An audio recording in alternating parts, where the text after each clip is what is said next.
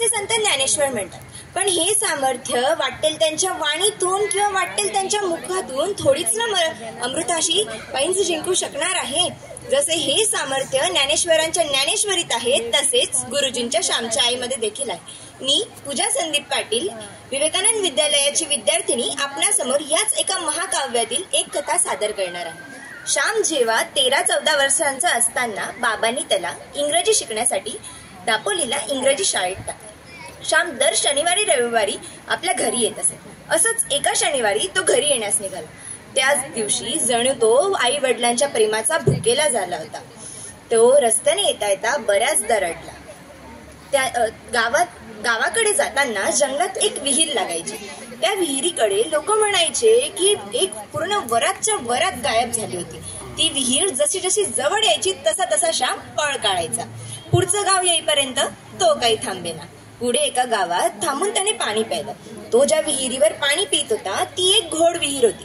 आता घोड विहीर म्हणजे काय, तर घोड विहीर म्हणजे ज्या विहिरीला प्राण्यांना पाणी पिण्यासाठी पायऱ्या केलेल्या असतात, ती म्हणजे घोड विहीर. श्याम आपल्या वाटेस पुढे निघाला. श्याम संध्येच्या वेळेला घरी पोहोचला. आई श्यामला म्हणाली, काय रे श्याम, इतका उशीर कसा झाला? उशिरा निघला होतास का तिथून? श्याम म्हणाला, नाही ग आई, माझ्याने आज चालवलंच जात नव्हतं. एकदम गळल्यासारखंच वाटतंय ग मला. आई म्हणाली, जा मग हातपाय धुवून ये. थांब, मी तुझ्या पायांना तेल चोळून देते.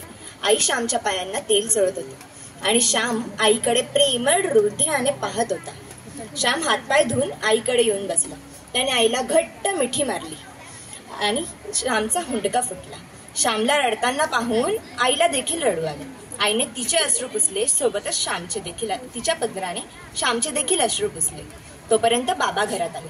बाबा श्यामला म्हणाले, काय रे श्याम, संध्या केली की नाहीस? श्याम म्हणाला, नाही अजून, करतो लगेच. आई बाबांना म्हणाली, आताच आलाय पोरगा घरात, गळलेल्यासारखं वाटतंय सांगतोय, करेल ना तो संध्या. जा रे श्याम, संध्या कर तू, तोपर्यंत मी तुला वाढते. श्याम संध्या करून आला. श्यामच्या घरात नेहमीपासून संध्या होत असे. ती का करायची, कशासाठी करायची, तिचा उपयोग काय, हे त्याला काही माहिती नव्हतं, पण ती करायची म्हणून करायची. श्याम जेवायला बसला. सगळे जेवत होते. बाबा श्यामला म्हणाले, काय रे श्याम, केस किती वाढवलीस? तिकडे नावी वगैरे नाही वाटतं? मला सांगितलं असतं, मी पाठवलं असतं इकडून नावी. बाबा श्यामवर ओरडले. आई म्हणाली, करेल नव्हतो, केस कापेल तो. तिकडे पैसे जास्त घेत असतील ना ते, म्हणून नसतील ना कापले. आता आलाय तर कापेल. त्यावेळी जणू श्यामला फूल आणि काटे यांचा अनुभव होत होता. श्याम आईकडे येऊन बसला. आई जेवण करत होती.